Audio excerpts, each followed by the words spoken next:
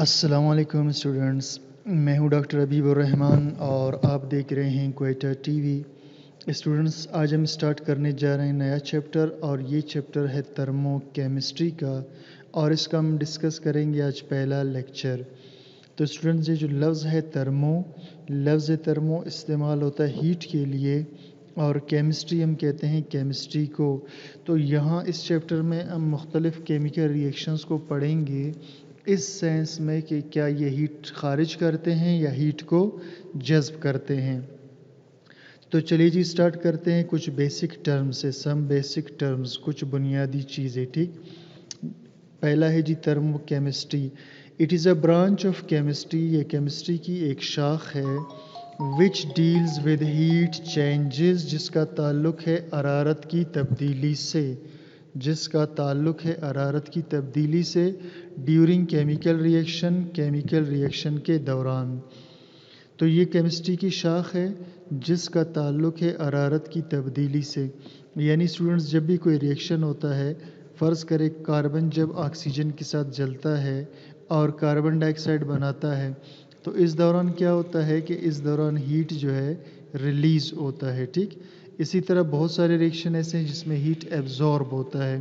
تو اس طرح ہیٹ کی جو چینج ہوتی ہے ریئیکشن میں، اسے ہم تھرمو کیمسٹری میں ڈسکس کرتے ہیں۔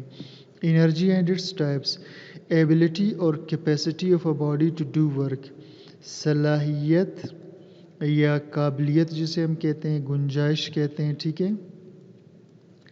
تو صلاحیت یا گنجائش کسی جسم کی ٹو ڈو ورک، کام کرنے کی، یعنی کسی جسم کے کام کرنے کی صلاحیت کو از کالڈ انرجی، اسے ہم کہتے ہیں انرجی۔ اور انرجی جو ہے دو ٹائپس کا ہوتا ہے، ایک ہے اس کے اندر کائنیٹک انرجی اور دوسرا ہے پوٹینشیل انرجی۔ پہلے ہم ڈسکس کرتے ہیں جی کائنیٹک انرجی کو۔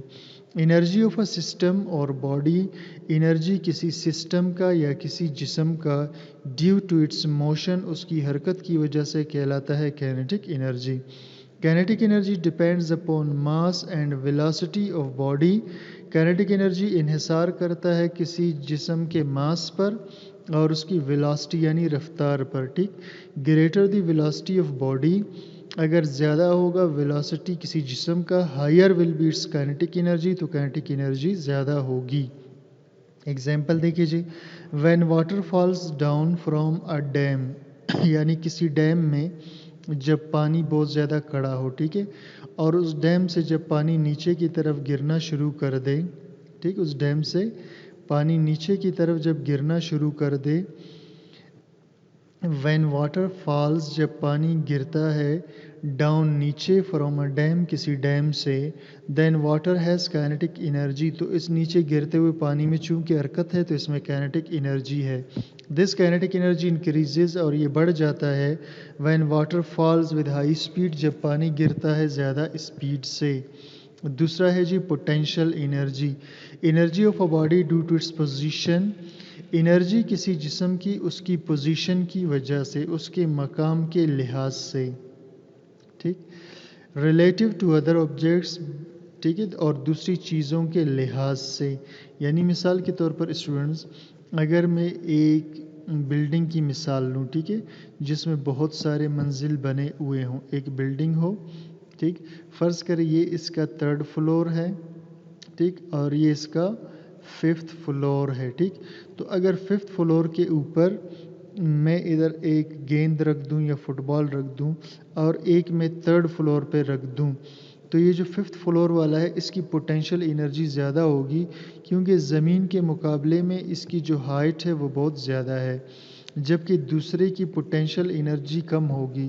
تو زمین ہوا اس کا ادر آبجیکٹ، ٹھیک، یعنی دوسرے آبجیکٹ کے لحاظ سے کسی چیز کا جو مقام ہوتا ہے، اس مقام کے لحاظ سے، اس اونچائی کے لحاظ سے اس میں پوٹینشیل انرجی جمع ہو جاتی ہے۔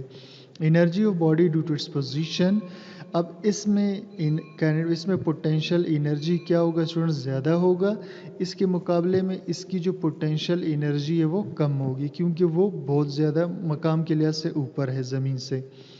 تو انرجی کسی جسم کا اس کے مقام کے لحاظ سے، ریلیٹیو ٹو ادر آبجیکٹ، دوسری چیزوں کے لحاظ سے، یا stored in a molecule due to its chemical bond, या वो एनर्जी जो स्टोर हो किसी मालिक्यूल में उसके केमिकल बॉन्ड्स में।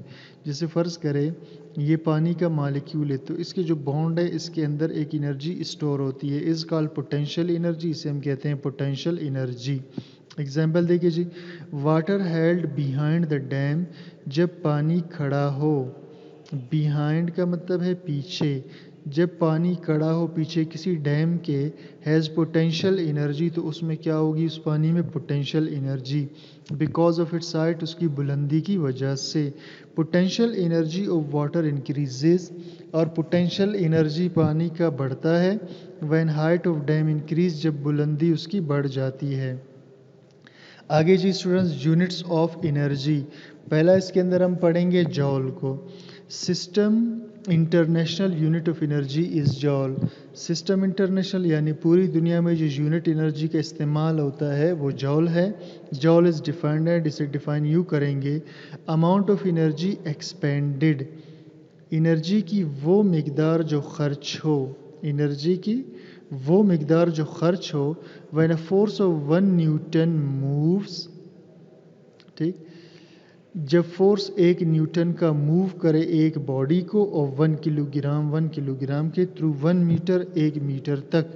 क्या मतलब वो स्टूडेंट्स, फ़र्ज़ करें यहाँ पर एक बॉडी पड़ा है जिसका वेट है 1 किलोग्राम, और फिर 1 न्यूटन का फोर्स इस बॉडी पर लगकर इसे धक्का देकर 1 मीटर तक ले जाए, तो इस सारे अमल को हम बोलेंगे 1 जॉल, यानी इसमें जो एनर्जी खर्च होगा उसे हम बोलेंगे 1 जॉल। तो एनर्जी की मिकदार जो खर्च होती है जब कोई फोर्स 1 न्यूटन की ले जाती है किसी जिस्म को 1 किलोग्राम के 1 मीटर के फासले तक, इन डायरेक्शन ऑफ फोर्स, उसी फोर्स के रुख पर, यानी जिस तरफ फोर्स लग रहा है बॉडी भी उसी तरफ चला जाए, इसे हम बोलेंगे 1 जॉल। तो जॉल चूँकि छोटा यूनिट है इसलिए हम इसकी जगह ज़्यादातर 1 किलो जॉल, यानी वो जो कि 1000 जॉल के बराबर है, यानी यूनिट को अक्सर हम किलो जॉल में डिस्कस करते हैं। अगला है जी कैलोरी, ये नॉन एसआई यूनिट है, यानी पूरी दुनिया में नहीं है लेकिन ज़्यादा यूज़ ये होता है। Amount of energy required to raise the temperature of 1 gram of water, यानी फ़र्ज़ करें स्टूडेंट्स एक बर्तन है और इसके अंदर पानी है और उस पानी की मिकदार है जी 1 ग्राम। अब इसका टेम्परेचर अगर 14.5 सेंटीग्रेड 14.5 डिग्री सेंटीग्रेड हो और आप इसे हीट करके 15.5 डिग्री सेंटीग्रेड तक ले जाए, तो जितना हीट अंदर चला जाएगा एब्जॉर्ब होगा वो 1 कैलोरी कहलाएगा। Amount of energy required, energy की मिकदार जो ज़रूरत होती है टू रेज द टेम्परेचर, बढ़ाने के लिए टेम्परेचर को, और 1 ग्राम ऑफ वाटर 1 ग्राम पानी का, फ्रॉम 14.5 टू 15.5 डिग्री सेंटीग्रेड, 14.5 से 15.5 तक।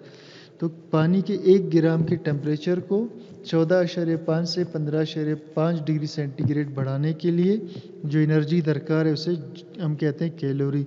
अब स्टूडेंट्स इससे आप ये मत समझना कि जी 14.5 से 15.5 है तो हम इसको ये भी कह सकते हैं कि 1 डिग्री सेंटीग्रेड बढ़ाना, तो ऐसा बिल्कुल भी नहीं है, क्योंकि 14.5 से 15.5 तक ये जो हीट एब्जॉर्ब करेगा पानी वो हीट कुछ और होगा, और किसी और टेम्परेचर पर फ़र्ज़ करें 10 से 11 डिग्री सेंटीग्रेड पे जो हीट एब्जॉर्ब करेगा पानी वो और होगा, तो आपने इसको जहन में रखना है, ठीक।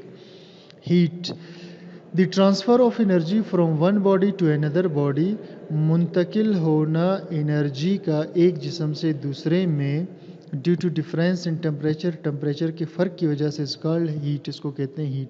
फ़र्ज़ करें स्टूडेंट्स अगर एक गिलास ऑफ वाटर हो जिसमें बॉइलिंग वाटर हो, ठीक है, यानी बहुत गर्म पानी हो, और इसे आप रूम में रख दें, तो क्या होगा, इसका जो हीट होगा वो रूम की तरफ ट्रांसफ़र होना शुरू हो जाएगा।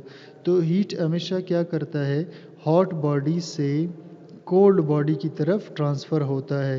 Heat flows from hot body to cold body, heat हमेशा गर्म जिस्म से ठंडे की तरफ जाता है। तो स्टूडेंट्स ये कुछ टर्म्स थे थर्मोकेमिस्ट्री से रिलेटेड जिसे हमने डिस्कस किया। उम्मीद करता हूँ आपको समझ में आ गया है। कोई चीज़ क्लियर ना हो कमेंट सेक्शन में ज़रूर बता दीजिए। चैनल को सब्सक्राइब, लाइक, शेयर कीजिए। Thank you for